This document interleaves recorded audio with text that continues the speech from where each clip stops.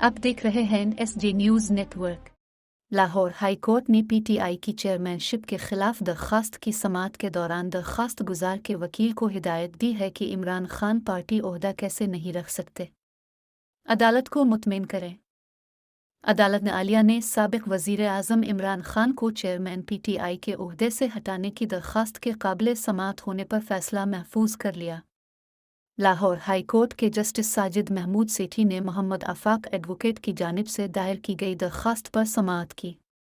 दरख्वास्त में वफाकी हुकूमत, इलेक्शन कमीशन, इमरान खान व दीगर को फरीक बनाया गया है। अदालत ने दरख्वास्त गुजार के वकील को हिदायत की कि इमरान खान को आर्टिकल 63(1)(3) के तहत नाअहल किया गया, वो पढ़कर सुनाए। दरख्वास्त गुजार के वकील ने पढ़कर सुनाया कि इमरान खान आर्टिकल 62-63 के तहत अब पार्टी ओहदा नहीं रख सकते।